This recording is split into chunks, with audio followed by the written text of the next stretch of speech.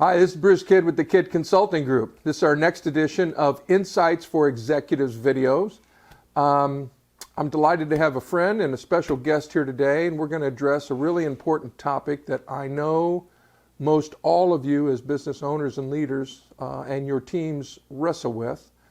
It's a complicated world out there, lots of competition, and what's really important in building a sustainable company is building your brand, market awareness, and growth. And I'm delighted to have Todd Bolster here. Todd, thanks for being here, my friend. Thanks for the invitation. Todd is Vice President at The Basement, and I want you to share with our audience who The Basement is, what you guys do. Yeah, thanks, Bruce. We're a marketing and advertising agency headquartered here in Indiana and specialize in working with enterprise brands on their campaigns. And what's really cool, amongst other things, you guys have a fantastic business and team, but in the past year, The Basement was voted as one of the top 75 marketing advertising firms as far as growth in the world. Yeah. Not Indiana, not the Midwest, not the U.S., the world. And I think there were only 3 other firms in the Midwest that were even recognized, which is pretty remarkable. I mean, that's cool stuff. Yeah, it's cool. You guys have done just a terrific job, and I know you're having a terrific year this year. I know you don't fancy yourself a sales guy. I mean, I've been in lots of meetings with you, and what you believe you are is a problem solver, which you are.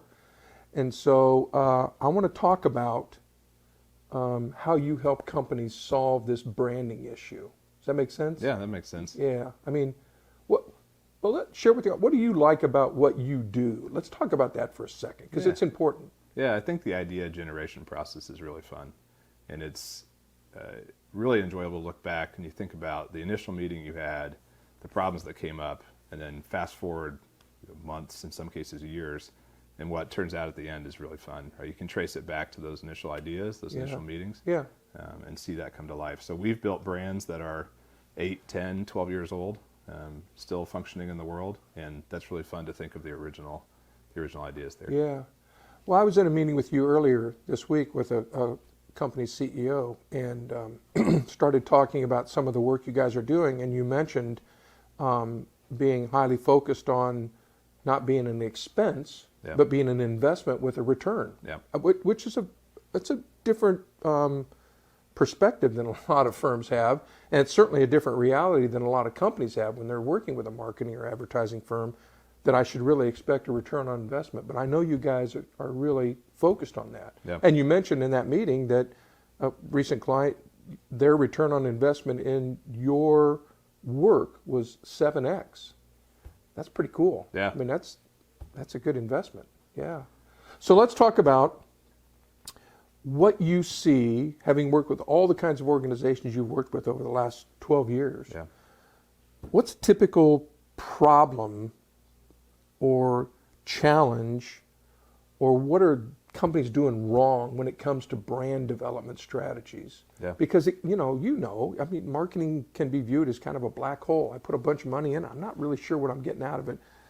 What do you see companies doing wrong, if you want to call it that? Yeah, that's a great introduction, because a lot of times they just don't know. They don't know what's working and what's not working. And today, with the technology we have and the opportunity we have to know what's working, if you don't, that's a problem, right? Start there first. Particularly when we talk about B2B, I understand a lot of your audience is B2B. See, a lot of those brands under-investing in content, and they're not differentiating themselves enough. They assume that people will come to their website, that they'll instantly care, and that leads will just flow in, and that's not the reality we see in most places, right? So how are you differentiating yourselves from your competition? What are you creating that's compelling enough to get attention, right? At least still today, those decisions from a buying perspective are usually made by humans. That may not always be true, but today it's usually a human, right, making that purchase decision. So where's the emotional tie? We assume in the B2B space that we don't need emotion like we do in the B2B space, or B2C, excuse me. And I would argue that's not the case, right? We still need to appeal. We still need to stir up some kind of feeling in our buying audience so that they're more likely to pick us than our competition. And I don't see a lot of B2B firms doing that right. So whether it's the website or sales content or even things as perceived as boring as email, where are you really investing in that prospect experience and making yourself stand out from your competition? Yeah. I know you're a big fan of storytelling. You know, to your point, how do you stand out from the competition? How do you view that? You know, the ability to tell a stories, or the process for telling your story, whether it's digital marketing or email campaigns or hell, taking out billboards. It's a little harder to do it that way, but talk a little bit about your perspective of storytelling and its value for a company. Yeah, a lot of times when we first start working with a group, we really look at what's working in your best case scenarios. So your best clients, your best opportunities, and then the opposite. What happens in your worst opportunities when you don't retain a client, when things don't go well, and what can we learn from those two extremes? So in this case, we have a certain pattern, and we see with our best clients, these couple areas are usually true. Okay, great, let's lean into that, and let's understand the stories that are already true and present in your organization. So much more authentic and effective than manufacturing them, right? Yeah. But then how many people know those stories? So you may have an account executive who works with your biggest client, and they've got all of these great ideas and stories that they tell prospects in meetings. But is that getting to the rest of your sales organization? Does your CEO know those same stories? And I would say, even more importantly, do your prospects know those stories? Yeah. And oftentimes the answer is no. And so there's this body of knowledge that's kind of locked away. And that's really unfortunate. How can we bring that out into the market and get that in front of the right audiences? Yeah. And beyond that, it's what is true, what do you want to be true, and then how can you actually build that? So one thing that's changed a lot with our agency over the last 12 and a half years is how much we're working at more of the conceptual phase. So in 2026, I want to be, here's where I'm going from a manufacturing or a product launch or a market share perspective. Yeah. Okay, great. How do we start building toward that today in your outbound communications? Understanding that's aspirational. It may not be true, today in 2023, but if you're building there as an organization anyway, let's make sure your marketing can keep up with your product development. Yeah. Talk first. You talked about you can actually get data on what's working, what's not working. Yeah. You know, a lot of the CEOs I know, they just don't really know how that works. Yeah. And frankly, some of their marketing teams sometimes don't, depending on their sophistication. How does that work for a company that they can actually get data now that maybe heretofore they couldn't, to analyze what works, what doesn't work, and where should we spend our time and money? Yeah, it's amazing the amount of groups that we'll interact with that are perhaps even over-investing in technology or software, and then dramatically underinvesting in testing and analytics from that perspective. So the easiest source today in most cases is going to be your website data. Yeah. And so making sure you've got your analytics packages built correctly, that you've got dashboards that are real time, that your key metrics are being evaluated, right? Even if you have those dashboards, sometimes they're so cluttered or so distracting that you're missing really the key performance data. Yeah. But beyond that, you can do creative testing in a lot of environments without adding a lot of cost, right? So if the old school way to do that would have been a series of focus groups, it gets very expensive quickly, it's very time consuming. Today, testing real time in your email system, right? So looking at subject lines and headlines and imagery, that's probably the simplest way. Okay. But the same thing is true in all of your social media. So if you're posting on LinkedIn, you've got a somewhat stable audience, then you can do some compare and contrast A/B tests pretty easily, right? Yeah. So from there, we make it more and more complex. There are a lot of ways to split audiences and run campaigns, but I don't think it has to be complex. You can get a lot of really good data from that fairly simple test, but there aren't a lot of people who are approaching it like you would a scientific experiment and saying, I'm going to change one variable at a time. Right. I'm going to test this with a statistically significant audience, and really that's all it takes to start. And then from there you learn a lot. We've seen a subject line change have a 40% increase in results, right? Very little expense, if any, just some time and some strategy. Yeah. And if you're multiplying that across an enterprise size organization, 40% can be a pretty dramatic difference. Oh, absolutely. Yeah. And thanks for bringing up the scientific method, because I'm a biology major from college, and every once in a while I like to actually use my degree. That's great. So you just helped me do that. There you go. Thanks for coming. So we always talk about, I use Bill, CEO of a manufacturing company, B2B, here in town, let's say. Yeah. How does Bill and his team get started in this whole world, which can be hard to navigate, sometimes even harder to understand, this whole digital marketing world. Yeah. Because so much of what we do now is driven by that. Yeah. How does Bill and his team get started? What fundamentally would you tell them to think about? Yeah, step one is, what do you wish you knew? And really honing in on a list of, these are the metrics that are critical for our business, and then scaling them, red, yellow, green, if you want to make it that simple. Okay. Red would be, in that case, we have zero visibility or very little visibility to that metric on a regular basis today. Green, we're doing just great, right? And yellow is somewhere in between. So that you understand, okay, here are the 3 to 5, let's call it, most important metrics for our business. And if there are any of them that aren't green, invest there first, right? Figuring out, where is that data, how do I get to it, Yep. and how do I access it Yep. pretty simply. That sounds easy, but yet in most cases, there's at least one yellow or more than that, right, in their set. Once you figure that out, then it's a question of, okay, we've got our data in a fairly decent shape. How do we grow our revenue, if that's our main metric? For most businesses we work with, right, a growth of steady, profitable revenue is high on their list. Yep.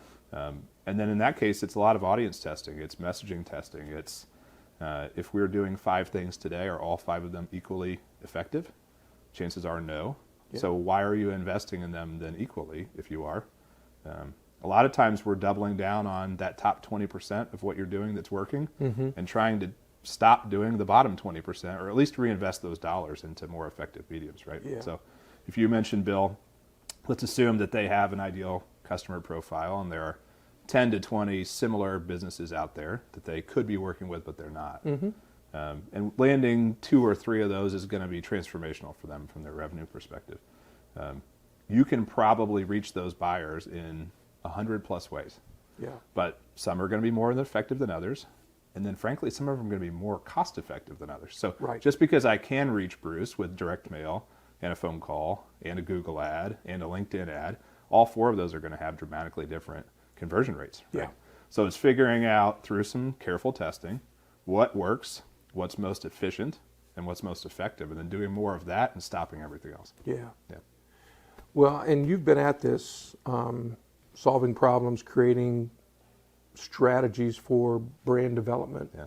driving revenue into sales pipelines. I know that's particularly interesting and important for you.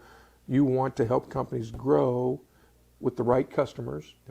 And you've been doing this, as I said, what, 12 years now. Yeah. So we just talked about Bill getting started. Let's say he's not doing a very good job or just needs to get started doing a better job. What are the best practices you've seen out in the marketplace over the last dozen years? What, Yeah.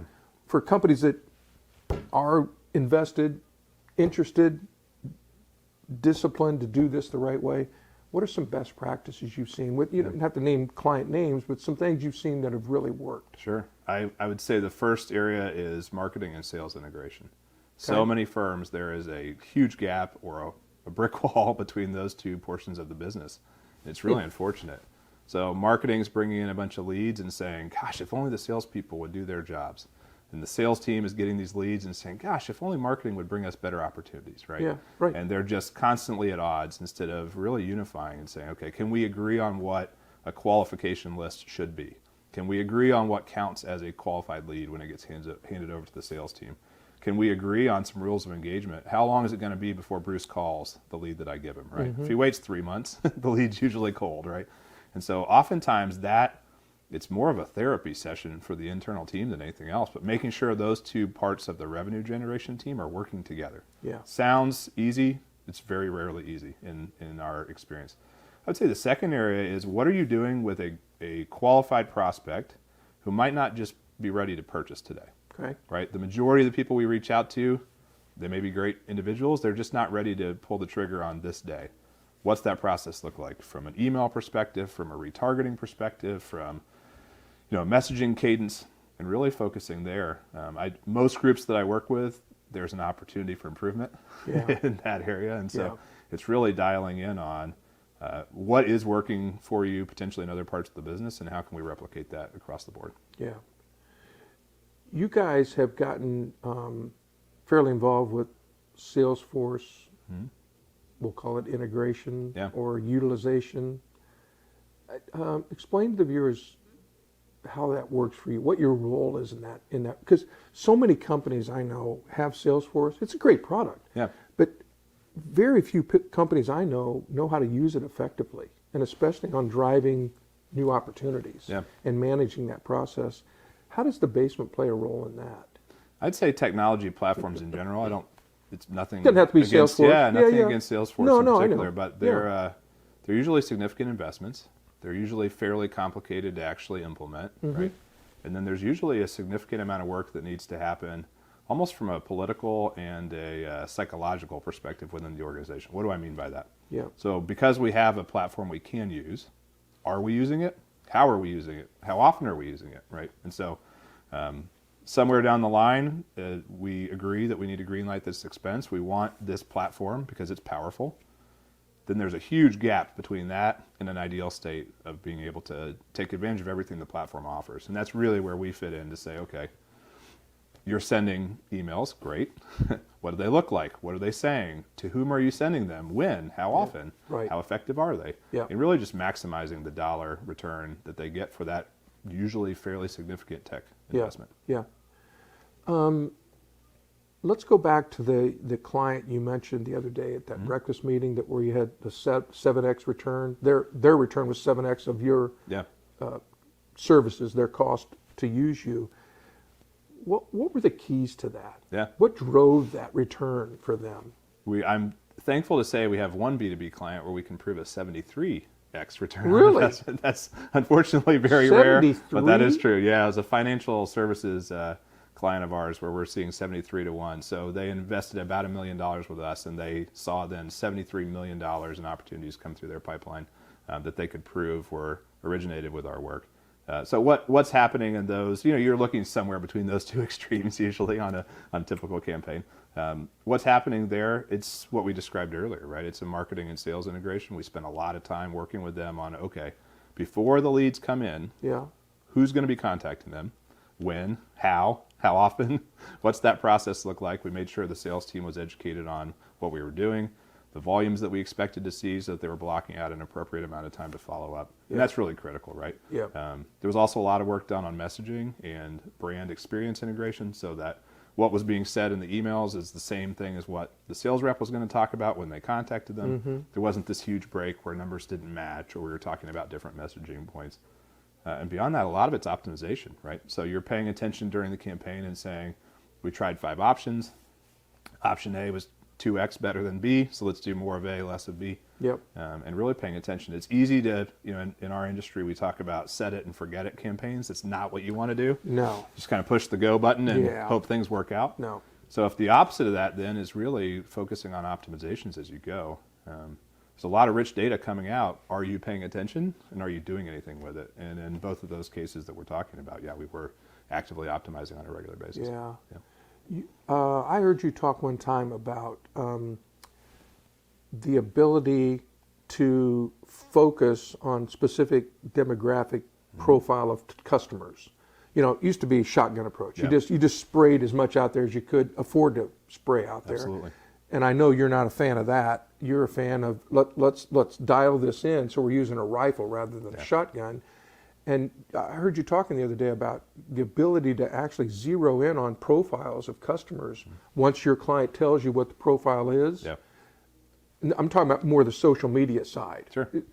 But you guys have a remarkable ability to do that now, which not that long ago was harder to do, as I believe. Yeah, absolutely. Yeah, it's fascinating what you can and can't do, and I would say that we are kind of on the descending side of that bell curve today. Okay. If you look back a few years, you could do a lot more with geography targeting than you can today. Yeah. So I could specifically, if let's say I owned a coffee shop and I was trying to take market share from Starbucks, I could buy audiences that I knew attended a Starbucks daily, right? Yeah. So the morning commute routine, they're going to go through a Starbucks. I could buy just that audience and target them with ads.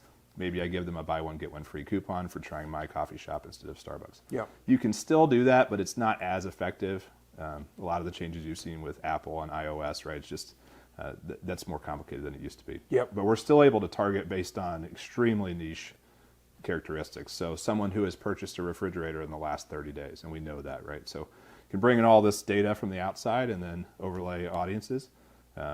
That's where the fun really begins. There's a lot of experimentation and fun there. Yeah. We've had clients where, very obscure purchase indications made them in the window for a purchase of our product, right? Yeah. We work with Schlage Locks, one of our best and biggest clients. Yeah. They're fantastic. For them, we want to make sure that the product is in front of our potential audience before they buy a home. So the first thing you do when you purchase a new home, you change the exterior locks, right? Yeah. And we want them buying Schlage Locks. If we wait until the day after they change the exterior locks, it's too late. They've already made a purchase, right?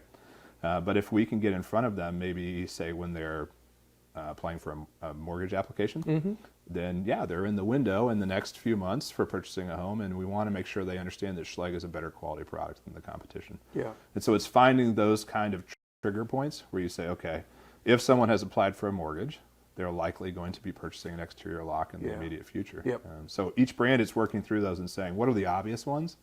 What are the not so obvious ones? And how do you test them against each other? And in some cases, the not so obvious ones actually outperform the obvious ones. Yeah. Yeah. I mean, in every transaction, whether it's B2B or B2C, there are two variables, sort of the demographic profile of the buyer, and there's always a cadence of that purchasing decision, how they go about buying something, time frame, what influences it. Yeah. So what you're saying, I think, is that you can identify when to get in that cadence earlier. Exactly. And influence the buying That's decision. exactly right. Yeah. You think about from a B2B environment, right? One of the triggers that we pay attention to for our own sales is turnover of the CMO. So if I've got a new CMO starting, often that new CMO wants to bring in their own choice for an agency partner. And so for us, the CMO turnover is a huge trigger that we should pay attention to this brand in this next time frame. Most of our clients have a similar type trigger or triggers. It's often plural. And it's just figuring that out. What is it for this brand and this offering? If it's a product launch, do we want to sell to people who have already bought the existing product? Or if it's a more durable product, actually no, because they've got one. It may not be the one we want them to buy, but they have one and it's not yet reached its end point.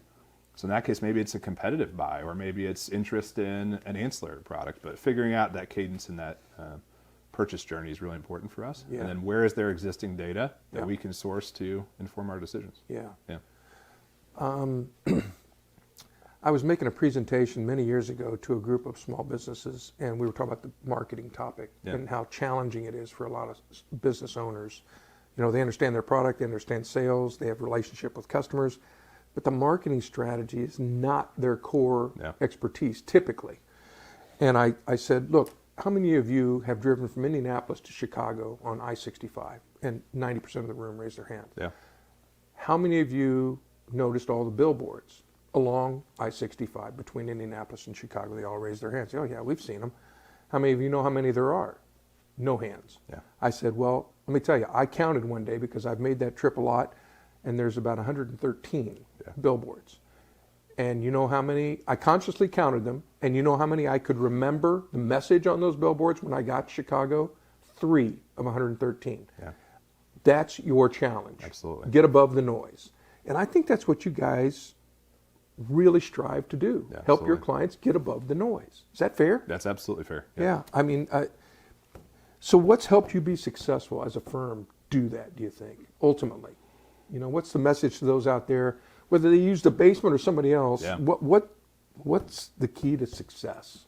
What has been it for you? I'm happy to say we have a lot smarter people than Todd Bolster, who would be in charge of your creative No, I'm aware messaging. of that. You do. Yeah, absolutely. Thankfully for our clients. So step one is hire smart people. But step two, I think, is going back to the testing conversation we were having, right? Just because a creative director thinks that billboard should be blue, is blue the most effective color for this brand? I don't know. Yeah. Right? I want to test some of that. And where can I set up environments where I find out blue is an extreme, because usually your brand color is not going to change. But when we're talking about messaging, absolutely. What's more effective? I know you love Purdue. So if we're talking about Purdue, what is going to be most effective in getting prospective students? Is it the history of the university, and so focusing on the giant leap messaging that they're using right now? Is it the engineering program? Is it student life? I don't know, right? And the beautiful answer is it depends on the individual who's making the decision. Correct. Different things appeal to different people. Yeah. But what are you testing to find out what has the most impact on our prospective student audience, if that's the campaign we're talking about? Yeah. And are you paying attention and pivoting because of it? So sometimes it's seasonal. So before I make the decision to attend Purdue, maybe I care more about the academic quality of the institution. Great. Once I've decided to attend Purdue, or at least I've applied, now maybe I care a little bit more about student life and the experience on campus. Right. If the basketball team is having a year like they're having this year, maybe I care more about athletics, right? And so sometimes it's even seasonally based, right? And so there's a change in messaging, or we call it sequential messaging. There's a sequential order that makes sense based on where I am in the purchase decision. Right? Back to the cadence. Absolutely. Yeah, absolutely. And that's often true about most brands. So it's figuring that out and then testing it. And 10% here and 10% there really starts to add up. Yeah. So take your basement hat off for a second, but not really. Bill out there who owns and runs a manufacturing company in Fishers, Indiana. What would you tell Bill and his team to expect from their marketing firm, their marketing strategy firm that he's hired outside? What should he expect from them to get the most out of them? Step one, can we prove it's working? Okay. And not guess that it's working, or not give you some kind of, we reached 50,000 people with this message. Great. Did any of those 50,000 buy? How much did they buy? How often did they buy? Yeah. What's the return then on the investment? That's really step one. If we can't prove it's working, then you have to ask a lot more questions, right? Yeah. My wife is a former auditor from Ernst & Young and still in financial reporting. So when she would do inventories, if the first set is wrong or off, you got to do a whole lot more tests, right? Correct. If the first test comes in the way it should, great. Then you're able to move forward a little bit better. Yeah. So in this case, it's can we prove it's working? Okay, great. That should be table stakes. It's not, but it should be. From that point forward, then, it's really understanding where are the opportunities. And so let's pretend we weren't working together. You would have some kind of revenue on your own, or your sales team would be generating it. So it has nothing to do with us. It's just somewhat a benchmark. Yeah. Where are the opportunities then to grow beyond the benchmark? It might be a new audience. It might be a product launch. It might be, repeat purchases from a group of people that today are only buying once. But really understanding where those opportunities are and then going after them. Yeah. And then year over year, how do we get better? Because the easiest thing to do is stagnate. And so we're going to run the same plan we ran in 2018, and we're going to keep running it for 5 years. Hopefully not. So what are you doing next year that's different than the prior year? Because we're continuing to work together and pay each other. And so I hope there are a lot of great ideas and new improvements coming out. We've been able to see with long-term clients still double-digit incremental improvement year over year. Yeah. So if you're not seeing those type of returns, if you're getting a lot of excuses from your partners, I would ask maybe you don't have the right partner. Yeah. And you're doing something wrong. Correct. Yeah. Yep.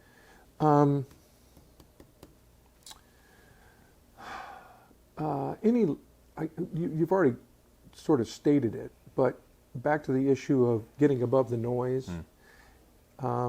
Anything else? I always like to finish these videos with sort of tips that you would offer. Yeah. Well, I've got one.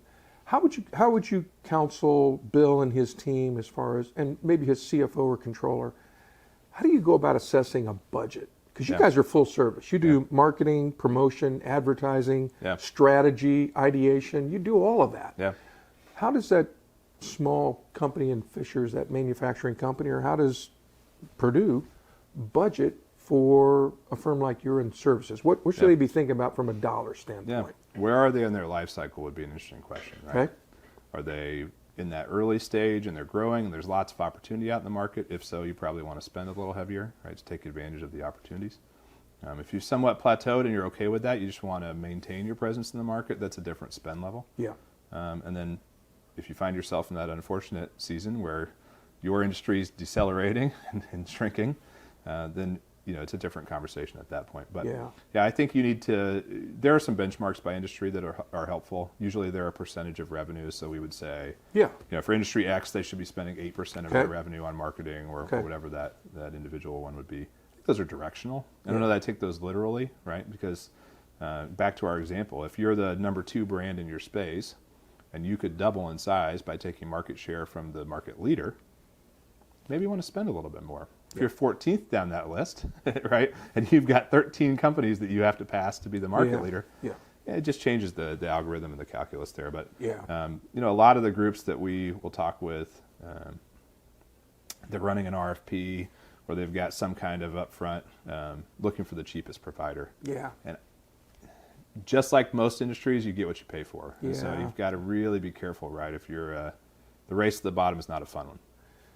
If you're thinking about it that way, you see it as an expense, Correct. not an investment. Correct. And I know you and your colleagues see your role as an investment Yeah. that should have a return. Absolutely. And that's the only way it works Absolutely. from my perspective.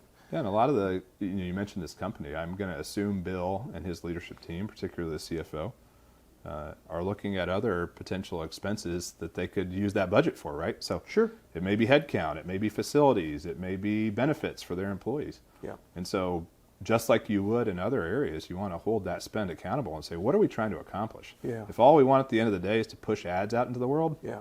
it's a pretty low bar. But Yeah. in most cases, the bar is a little bit higher than that. Yeah. To say, Yeah. we're trying to grow our company, therefore we want to spend this money and we want to see a multiplier on that return. Yeah. Yeah. So let me get back to what I said I was going to end with, and I didn't Yeah. because I interrupted you with a couple other questions. Last minute tips you would tell Bill or other Bills out there watching us. Here's what you need to think about Yeah. in creating a sustainable top line, call it best practice marketing strategy Yeah. going forward. What would you tell Bill and his team to really think about putting in place? Yeah. Does your sales team have the content they need? If they're in an opportunity and you're up against your biggest competitor, does your best salesperson have what they need to win? Okay. Number two, then, is that story, is that content used consistently across your entire sales organization? Because if your best rep is using different content than your worst rep, that's a good place to start. And it really has nothing to do with us as the partner. It's No. just start there, right? Make sure that's cohesive. Number two would be, do you really understand the metrics that matter most to your business, and are you tracking them in a way that you can easily access them on a regular basis? Yeah. So if my cost per customer acquired is the most important metric in my business, do I know what it is? Yeah. Can I see it? And do I know how it changes from a month to month, quarter to quarter, year to year perspective, right? Right. That sounds basic, but it's still fairly rare in the groups that we talk to, whether they're, mom and pop all the way up to Fortune 100. That's usually not as clear as it should be. And what should my cost for a new customer be? Yeah, it varies by industry. We've worked with higher ed clients where that may be $300 because that's such a long purchase decision. We've worked with CPG companies where it may be 25 cents, right? So it varies quite a bit by industry. Oh, I know. And my point is, I don't think a lot of companies really understand what it is. Yeah, exactly. What theirs is. It's more, and it's more than it probably could be Absolutely. if they did things the right way. Absolutely. So I'm sorry, I interrupted your list. What that's else? great. Those are two. I would say then, what are our big differentiators from our competition? How are they articulated today in content? So is it on our website? Is it in our emails? Is it being shown in our presentations? Can our factory workers, if we're manufacturing, articulate back to us what those differentiators are? And if not, we've got some internal work to do to make sure that that's known. And then from there, it's what are you doing to take advantage of the opportunities in front of you in new audiences, new industries, new areas? Yeah. If you've got all of that going well, then chances are you're pretty successful to start with. Yeah. Yeah. Yeah, well, I could talk about this more, but thanks. You've addressed the topics that I sort of wanted to get addressed. I appreciate you taking the time because it's really important. It's so critical for companies' sustainable success to continually build the brand they want, differentiate themselves from the marketplace, because we all have competitors. Absolutely. And some, it's just like college basketball. Hey, everybody's on scholarship. They got pretty good players too. Yeah. We got to execute, if we're going to win. Yeah. So this helps business owners like Bill execute a better plan, I think. So thanks for taking the time, my friend. Thanks a lot. It's really good to have you here. We hope this has been useful for you. As always, we want it to be informative, fun, but also practical information you can take back to the home office and use. Thanks for your time. Be successful. We'll be back with you again very soon.